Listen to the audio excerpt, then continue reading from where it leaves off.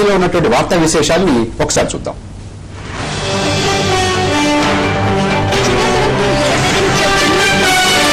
నాలుగు గ్రూపుల లీడర్లు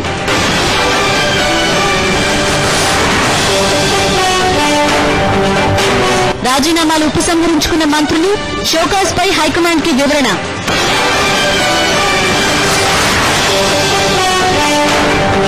పెరిగిన ఛార్జీలపై సర్వత్రా ఆందోళనలు, మొక్కుబడి సవరణకు సర్కార్ చర్చలు.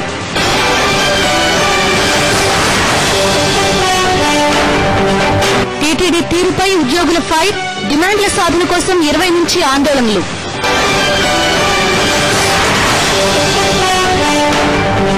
లీడర్ ఆడియో సీడీలు దగ్ధం, మా తెలుగు తల్లి పాట తొలగించాలని డిమాండ్.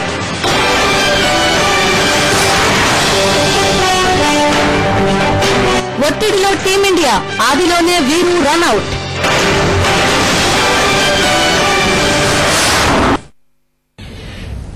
కేంద్ర హోంశాఖ మంత్రి శ్రీ చిదంబరంతో పాటు ఇవాళ కూడా తెలంగాణ, రాయలసీమ, కోస్తా ఆంధ్రప్రదేశ్ చెందినటువంటి నేతలు విడివిడిగా వారితో సమావేశమయ్యారు. ప్రత్యేక రాష్ట్రంపై కాంగ్రెస్, తెలంగాణ నేతలు విభజనకు జాతీయ విధానం ఉండాలంటూ సీమాంధ్ర టీడీపీ నేతలు చిరంజీవిది వ్యక్తిగత అభిప్రాయం అంటూ తెలంగాణకు చెందినటువంటి ఆ పార్టీ ఎమ్మెల్యే మహేశ్వర్ రెడ్డి 5వ తేదీ నిర్ణయానికి కట్టుబడి ఉన్నామని ఎంఐఎం ఇలా ఎవరికి వారు తమ వాదన వినిపించారు. ఏ పార్టీ నేత ఏమన్నారో ఇప్పుడు ఒకసారి వారి మాటలోనే విందాం.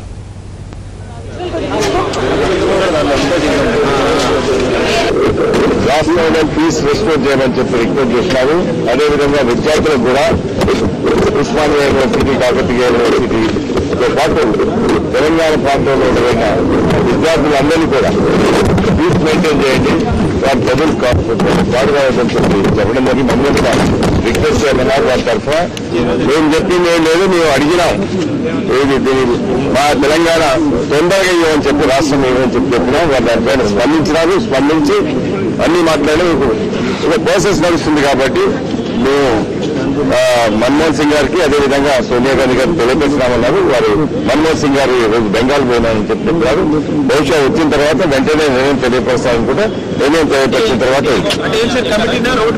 అదేం రోడ్ మ్యాప్ చెప్పలేదు, ఏం చెప్పలేదు. కేంద్రం నిర్ణయం తెలిపించిన తర్వాత కంపెనీ. Okay, thank you. ఈరోజు తెలంగాణ రాష్ట్ర సాధన కోసం ప్రజారాజ్యం పార్టీ కట్టుబడి ఉందని చెప్పి మేనిఫెస్టోలో ద్వారా మరి స్వయంగా చిరంజీవి గారు అసెంబ్లీలో మరి వారి స్వయంగా స్టేట్మెంట్ ఇవ్వడం, దాని తర్వాత ముఖ్యమంత్రి గారు సమీక్ష సమావేశంలో కూడా వారు చెప్పడం, దాని తర్వాత యూనిలాటరల్ గా ఎవరిని కన్సల్ట్ చేయకుండా, పోలిట్ బ్యూరోని కన్సల్ట్ చేయకుండా, ఎమ్మెల్యేలతో మాట్లాడకుండా తెలంగాణ ప్రాంత ఎమ్మెల్యేలను ఇద్దరిని కూడా విస్మరించి వారు ఒక డిసిషన్ తీసేసుకుని మళ్ళీ సామాజిక తెలంగాణ అని చెప్పడం.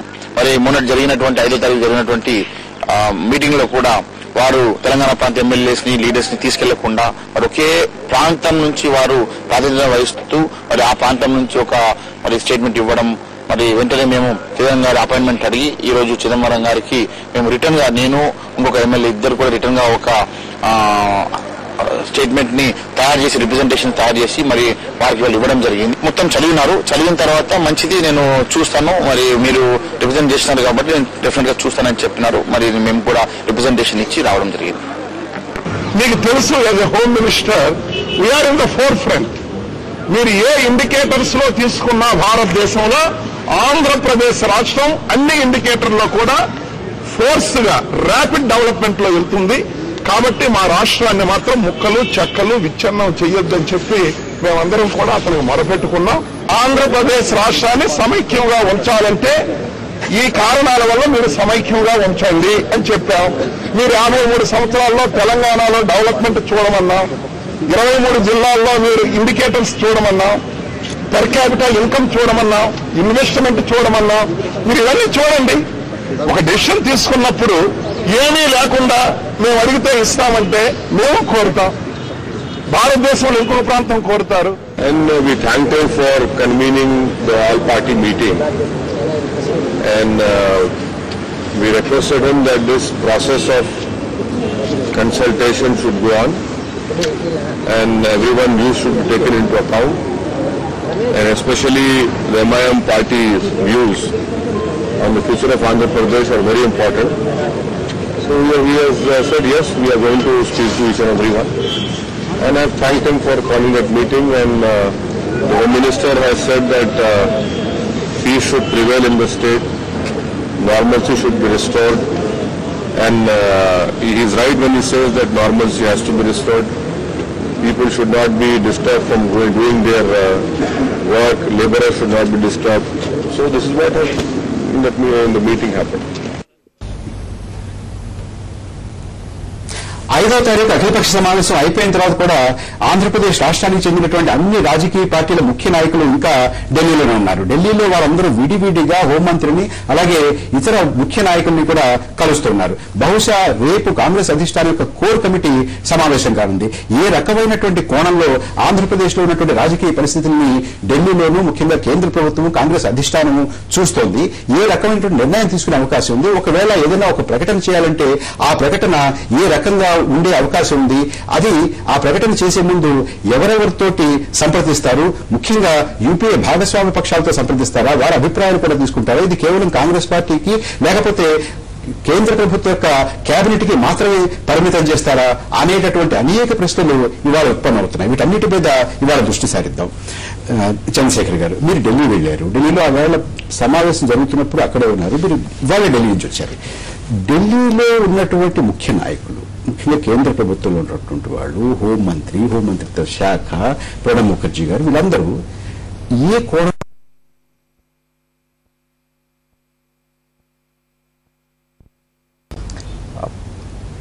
9వ తారీఖు ఎప్పుడైతే హోమ్ మినిస్టర్ గారు ప్రకటన ఇచ్చినారో దానికంటే మొదలు వాళ్ళు సింపుల్ గా ఏమి ఇవ్వలేదు. 7వ తారీఖు రోజు ఇక్కడున్న ఆంధ్రప్రదేశ్ లో ఉన్న ఆల్ పార్టీ మీటింగ్ లో ప్రముఖులను అందరినీ పిలిచి ముఖ్యమంత్రి గారి సమక్షంలో మాట్లాడమని అన్నారు. ముఖ్యమంత్రి గారు రిపోర్ట్ ఇచ్చిన తర్వాతనే ఆయన పోయి ఢిల్లీకి పిలుచుకొని హడావిడిన పిలుచుకొని రిపోర్ట్ తీసుకొని తర్వాత వాళ్ళు ఇమ్మీడియట్ గా అది ఆ రోజు ప్రకటన ఇచ్చింది. ప్రకటనతో పాటు ఆయనను చాలా కాంగ్రెస్ పార్టీ అదే కాకుండా గవర్నమెంట్ పరిచయం. ఇప్పుడు అంటే 5వ తారీఖు సమావేశం అయిన తర్వాత అందరితోనూ మాట్లాడిన తర్వాత అందరూ వారి అభిప్రాయాలు కేంద్ర హోంమంత్రికి తెలియజేసిన తర్వాత ఇవాళ ఉన్నటువంటి పరిస్థితి ఏమిటి, కేంద్రం ఏ కోణంలో చూస్తోంది? మీ ముఖ్యం ఇవాళ చంద్రశేఖరరావు గారు ప్రణబ్ ముఖర్జీ గారిని, ఏకే యాంటనీ గారిని ఇప్పుడు కలుస్తున్నట్టున్నారు, నిన్న హోంమంత్రి గారిని కూడా కలిసినారు. అంటే 5వ తారీఖు అఖిలపక్ష సమావేశంలో మాట్లాడిన మాటల కన్నా విడిగా అదనంగా ఏం చెప్తున్నారు? వారు పిలిచారా, మీరే వెళుతున్నారా? అపాయింట్మెంట్స్ తీసుకుంటా ఉన్నారు ఎక్కడోళ్ళు అక్కడ. ఎవరికి ఇంకా ఏదైనా అదనంగా చెప్పదలుచుకున్న నాయకులందరూ ఒక్క కేసీఆర్ గారే కాకుండా మిగతా నాయకులు కూడా అందరూ పోయి కలిసిండ్రు. ఈవెన్ పీఆర్పీ ఎమ్మెల్యే గారు ఇందాక మాట్లాడిన తాను కూడా పోయి హోంమంత్రి గారిని కలిసి వచ్చినారు ఇవాళ. అయితే ఎట్లంటే ఒక్కసారి ఆ మీటింగ్ తర్వాత మీటింగ్ కు మాత్రం 5వ తారీఖు రోజు మాత్రమే ఇన్వైట్ చేసిండ్రు. అక్కడ వాళ్ళ అభిప్రాయాలు చెప్పినారు. అభిప్రాయాలు చెప్పిన దాంట్లో కూడా మనం ఒకటి గమనించాల్సింది ఏమన్నా సరే అక్కడ అంటే ప్రతి నాయకులు కూడా ఆ రోజు జరిగిన సమావేశంలో తెలంగాణ రాష్ట్రం ఇవ్వద్దను, సమైక్యాంధ్ర ఉండాలి అనే దాని మీద ఎవ్వరు కూడా ఎట్లాంటి మాటలు చెప్పలే. అక్కడ ఉన్న పరిస్థితులకు, వాళ్ళు అడిగిన ప్రశ్నలకు, వీళ్ళు చెప్పిన మాటలకు అది ప్రస్తావన చేయకుండా ఎక్కడెక్కడ సిచ్యువేషన్ లో చెప్పుకుంటూ వచ్చారు ప్రతి ఒక్కరు. కానీ అది బయటకు వచ్చిన వాళ్ళంతా నాకు అనుకూలం అంటే మాకు అనుకూలం అనుకుంటే బయటకు వచ్చినారు. సరే, చంద్రశేఖర్ గారు ఒక క్షణం, మనతో ప్రత్యక్ష ప్రసారం ద్వారా చర్చలో పాల్గొనడానికి లోక్ సత్తా పార్టీ అధ్యక్షులు, శాసనసభ్యులు డాక్టర్ జయప్రకాష్ నారాయణ కూడా అందుబాటులోకి వచ్చారు. జయప్రకాష్ నారాయణ గారు నమస్కారం అండి. నమస్కారం అండి. జయప్రకాష్ నారాయణ గారు, 5వ తారీఖు అందరూ వారి ముఖ్యమైనటువంటి పార్టీలు, గుర్తింపు పొందిన పార్టీలటువంటి ప్రతినిధులు అందరూ కూడా 16 మంది చాలా కూలంకషంగా వారి యొక్క దృష్టికోణాన్ని, వారి యొక్క వైఖరిని కేంద్ర హోంమంత్రి ముందు పెట్టారు. ఇవాళ కూడా ఢిల్లీలోనే ఉండి మళ్లీ విడివిడిగా ఒక్కొక్కరు కలుస్తున్నారు. ఏమిటి దీని అర్థం ఏమిటి? చాలా మీకు పూర్తి అనుభవం ఉంది. 2 అంశాలు ఉన్నది దీనిలో. ఒకటేమో చాలా మందిలో చాలా ఉత్కంఠ ఉన్నది. రాజకీయ పార్టీల్లో వారు ఒక్కొక్క రకమైనటువంటి తీరు తీసుకున్నారు. మరి జాతీయ స్థాయిలో ప్రభుత్వంలో ఉన్న వారు ఆలోచిస్తారు, రేపొద్దున ఏం జరగబోతోందని చెప్పని సహజంగా ఉత్కంఠ ఉంటుంది. కాబట్టి వారి మనసు తెలుసుకోవాలని, తమ మనసు చెప్పుకోవాలని ఒక కారణం ఉంటుంది. రెండోది, బహిరంగంగా సదస్సుల్లో, సమావేశాల్లో చెప్పే మాటలు వేరు. వ్యక్తిగతంగా మాట్లాడినప్పుడు అందరికీ తెలుసు ఇవాళ ఇద్దరి మాటలు ఒక్కసారి చెల్లడం సాధ్యం కాదు అని చెప్పని. తెలంగాణ రాష్ట్రాన్ని ఏర్పాటు చేయటమో, అలాగే ఆంధ్రప్రదేశ్ని ఏకంగా ఉంచటము రెండు ఏకకాలంలో దేవుడికి కూడా సాధ్యం కాదు. కాబట్టి ఏదో రూపంలో అందరికీ అనుకూలమైనటువంటిది, అందరికీ ఆమోదయోగ్యమైన పరిష్కారాన్ని సాధించాలి. దానికి ఏ రకమైన ఏర్పాట్లు చేస్తే ఆ పరిష్కారానికి తాము సిద్ధంగా ఉన్నామన్నది ఒక సూచన వీరు ఇవ్వాల్సిన అవసరం ఉంది, వారు తీసుకోవాల్సిన అవసరం ఉంది. అది బహిరంగంగా చెప్పలేకపోవచ్చు. బహిరంగంగా ఇప్పుడు కూడా బార్గెనింగ్ చిప్స్, మనం ఇప్పుడు కూడా ఒక పొజిషన్ తీసుకుని దాన్ని గట్టిగా డిఫెండ్ చేస్తూ ఉంటాం. కానీ రహస్యంగా మాట్లాడినప్పుడు గట్టిగా మీరు ఫలానా పని ఈ రకంగా చేయాలనుకుంటే ఇది పద్ధతి, లేదా ఈ రకంగా చేయాలనుకుంటే ఇది పద్ధతి అని చెప్పి మాట్లాడే అవకాశం ఉంటుంది. దాని నుంచి జాతీయ స్థాయి నాయకత్వానికి ఒక అవగాహన వచ్చి ఏ రకమైన పరిష్కారం కోసం ఆలోచించారో దానికోసం ఒక చర్యలు తీసుకునే అవకాశం ఉంటుంది. జయప్రకాష్ నారాయణ గారు, మీరు కొన్నాళ్ల క్రితం వెళ్లి ముఖ్య నాయకులందరినీ, కాంగ్రెస్ పార్టీ కాదు, కేంద్ర ప్రభుత్వంలో ఉన్నటువంటి వాళ్ళే కాదు, ముఖ్య ప్రతిపక్ష నాయకులతో కూడా అందరితో సమాలోచన జరిపారు, మాట్లాడారు, వచ్చారు.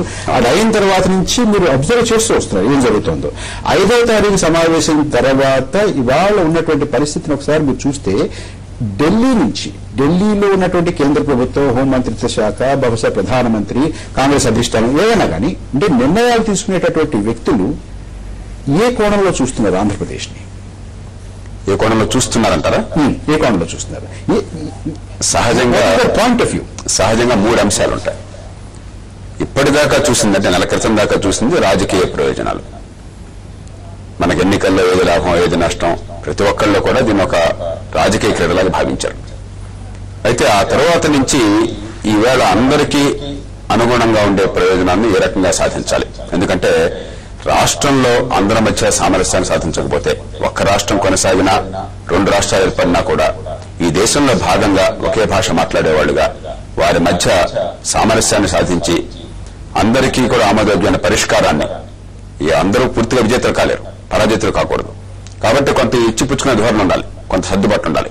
ఆ రకంగా ఆమోదయోగ్యమైన పరిష్కారాన్ని సాధించడం ఎట్లా అని చెప్పినది రెండోది సహజంగా ఉంటుంది. మూడోది దేశం మొత్తమే దీని ప్రభావం ఎట్లా ఉంటుంది. ఇక్కడ ఏ నిర్ణయం చేసినా కూడా రేపొద్దున దేశంలో మరి వేరే రాష్ట్రాల్లో కూడా ఇలాంటి డిమాండ్లు వస్తాయా, వస్తే ఏం చేయాలి, మరి దానికోసం చెప్పిన ఇక్కడ నిర్ణయాలు ఏ రకంగా చేయాలి, దానికి దీనికి మధ్య సంబంధం ఏమిటి, దీనికి ఖచ్చితంగా అంతకుముందు అంతగా పెద్ద ఆలోచించకపోయి ఉండొచ్చు, ఇప్పుడు ఆలోచన కూడా ఉంటుంది. ఈ మూర్తిని పరిశీలించి నిర్ణయాలు తీసుకోవాల్సిన అవసరం ఉంటుంది. ఏ పార్టీ ప్రభుత్వం కూడా జాతీయ స్థాయిలో సహజంగా ఈ 3 అక్కడ పరిగణలోకి వస్తాయి. జయప్రకాష్ నారాయణ గారు, మరి ముప్పలేని శేషగిరావు గారు కూడా ఇక్కడ ఉన్నారు. శేషగిరావు గారు, జయప్రకాష్ నారాయణ గారు అంటే 3 కోణాల నుంచి చూసేటటువంటి అవకాశం. ముందు ఒక రాజు చూశారు, తర్వాత ఒక రాజు చూశారు, ఇప్పుడు ఒక రాజు చూస్తున్నారు అనేటటువంటిది క్రమంగా ఇప్పుడు ఒక జాతీయ స్థాయిలో ఢిల్లీ నుంచి చూస్తుంటే ఇక్కడ ఇతర రాష్ట్రాల్లో ఏం జరగబోతుంది, ఏం అడగబోతున్నారు, ఇవన్నీ తీర్చగలమా, చేయగలమా, ఏమవుతుంది అనేటువంటి ఆ రకమైన దృష్టి కూడా ఉంటుంది. మీకేమనిపిస్తుంది? నాకు తెలిసినందుకు అలాంటిదే లేదండి. ఫిబ్రవరిలో ఆఖరి అసెంబ్లీలో రాజశేఖర రెడ్డి గారు ప్రవేశపెట్టిన తీర్మానం కూడా తెలంగాణ వ్యతిరేకం చెప్పాల. ప్రాబ్లమ్స్ చాలా ఉన్నాయి, ఆ ప్రాబ్లమ్స్ సార్ట్అవుట్ చేయడానికి కమిటీ ద్వారా ప్రయత్నం చేస్తామని చెప్పారు. తర్వాత ఆయన జరిగిన పరిస్థితులు మీకు తెలుసు. అలాగే తర్వాత అనౌన్స్మెంట్స్ మరి 7వ తారీఖు కానీ తర్వాత 9వ తారీఖు జరిగినట్లు కానీ నిన్న 5వ తారీఖు జరిగినట్టు కేంద్ర ప్రభుత్వం ఎక్కడ 1 ఇంచు కూడా అటు ఇటు కదల్లా. వాళ్ళు చెప్పింది ఏంటి, in principle Telangana process comments చేస్తున్నాం. కమెంట్స్ చేయటం అంటే దానికి కావాల్సిన దానిలో ఉన్న ఇబ్బందులు సబ్బందులు అన్నింటినీ కూడా మేము పరిష్కారం చేసి దాని కొరకు ప్రయత్నం చేస్తున్నామని చెప్పారు. అందులో భాగమే నిన్న 5వ తారీఖు కూడా అదే భాగం.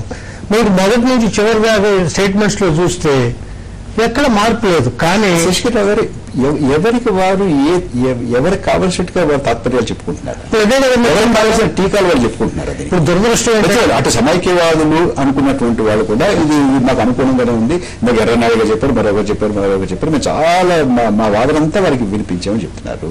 చంద్రశేఖర్ గారు మిగతా వారందరూ కూడా కేంద్ర హోంమంత్రి చిదంబరం గారు మాకు అనుకూలంగానే ఉన్నారు అన్నట్టుగా మాట్లాడుతున్నారు. ఇది ఎవరికి అనుకూలం వ్యతిరేకం నేను అనుకోవట్లేదండి. ఎందుకంటే ఇప్పుడు మన వాళ్ళందరి వాదనలు కూడా పప్పులో కాలేశారు. అందరూ కూడా ఈవెన్ మరి ఎర్రనాయుడు గారు కూడా ఆయన పేరుతో కమిటీ ఫార్మ్ అయ్యి 6 నెలలు చర్చించి మరి నిర్ణయానికి వచ్చి దాన్ని ఎలక్షన్ మేనిఫెస్టోలో పెట్టుకొని చేశారు. తర్వాత 2 సార్లు మళ్ళీ రాసి ఇచ్చారు, అది వేరే విషయం. అలాగే నేను ఏంటంటే వాళ్ళు తప్పు చేశారా వీళ్ళు తప్పు చేశారని కాదు. ఇవాళ మనకు కావాల్సింది ఒక అన్నదమ్ములలాగా విడిపోదామని అనుకున్నప్పుడు కూడా మనకున్న ప్రాబ్లమ్స్ ఉన్నాయి. ఆ ప్రాబ్లమ్స్ ని సార్ట్ అవుట్ చేసి అందరిని కన్విన్స్ చేసేటప్పుడు ఈ కన్సల్టేషన్ ప్రాసెస్ కూడా అందుకే కదా. తప్పదు కదా. ఇంకా అప్పుడే ఏమండి, this is only early stage. Doctor JP Narayana గారు, కేంద్ర ప్రభుత్వం, కేంద్ర హోంమంత్రిత్వ శాఖ కానీ, హోంమంత్రి గారు ప్రధానమంత్రిని, సోనియా గాంధీ గారిని, ఇతరుల్ని, తన కేబినెట్ సీనియర్ సహచరుల్ని అందరినీ సంప్రదించిన తర్వాత ఒక ప్రకటన చేస్తామని అన్నారు. అటువంటి ప్రకటన మళ్ళీ ఏదైనా వెలువడేట అవకాశం ఉందా? వారు చేస్తా ఉన్నారు కాబట్టి ఖచ్చితంగా వెలువడుతుంది. కాబట్టి ఎప్పుడు అన్నది అంత తొందరగా చెప్పలేం. రెండోది, ప్రకటనలో ఇతమధ్యంగా నిర్ణయం ఒకటి చేస్తారని అనుకోవడం కూడా చాలా తొందరపాటు అవుతుంది. ఒకటి, ఖచ్చితంగా ఇప్పుడు ఈవేళ ప్రభుత్వంలో నేతల్ని, వారు చెప్పకపోయినా కూడా వారి పార్టీ నేతల్ని, అంటే వారి పార్టీ అధినాయకురాన్ని, వారితో పాటు యూపీఏ ప్రభుత్వంలో ఇతర పార్టీ నేతలు ఉన్నారు. శరద్ పవార్ గారు ఉన్నారు, మరి డిఎంకే వారు ఉన్నారు, అలాగే తృణమూల్ కాంగ్రెస్. ఈ ముగ్గురు కూడా కేబినెట్ సమావేశంలో స్పష్టంగా వారి వారి రాష్ట్రాల్లో, దేశంలో ఉన్న పరిస్థితుల కారణంగా మీరు తొందరపడి నిర్ణయం తీసుకున్న భావాన్ని వ్యక్తపరిచినట్టుగా పత్రికల్లో వచ్చింది. కాబట్టి వారిని కూడా కూర్చోబెట్టి వారితో కూడా ఒక అంగీకారం రావాలి. ఇది ఒక పక్కన. రెండో పక్కన ఇప్పుడు వారు ప్రకటించబోయేది ఏమిటి ఉంటుంది అంటే, ఇక నుంచి చర్చలు ఏ రూపంలో జరగాలి. వారు చెప్పారు రోడ్ మ్యాప్ ఏమిటని చెప్పన్నారు. మన చర్చలు కూడా చర్చల కోసం చర్చలు, రోడ్ మ్యాప్ కోసం చర్చలు, మెకానిజం కోసం చర్చలు. కాబట్టి ఆ ప్రకటన ఎప్పుడు వచ్చినా కూడా మెకానిజం ఏమిటి, రోడ్ మ్యాప్ ఏమిటి, అది వస్తుంది. ఆ తర్వాత ఎలాంటి పరిష్కారాన్ని ఆంధ్రప్రదేశ్లో అన్ని ప్రాంతాల్లో ఉన్నటువంటి ప్రజలు, నాయకులు కోరుకుంటారు, ఏ రకంగా అందరికీ ఆమోదయోగ్యంగా పరిష్కారం సాధించవచ్చని చెప్పినది కాలక్రమేణా అది ఇవాల్వ్ అవుతుంది. అంతే తప్ప ఢిల్లీ నుంచి కూర్చుని బలవంతంగా నడుపుతాం అని చెప్పిన పరిస్థితి ఈ దేశంలో ఉండదు. అది సాధ్యం కాదు మన ఫెడరల్ డెమోక్రసీలో. జేపీ నారాయణ గారు, ఒక చిన్న విరామం తీసుకున్న విరామం తర్వాత మన చర్చను కొనసాగించుకో.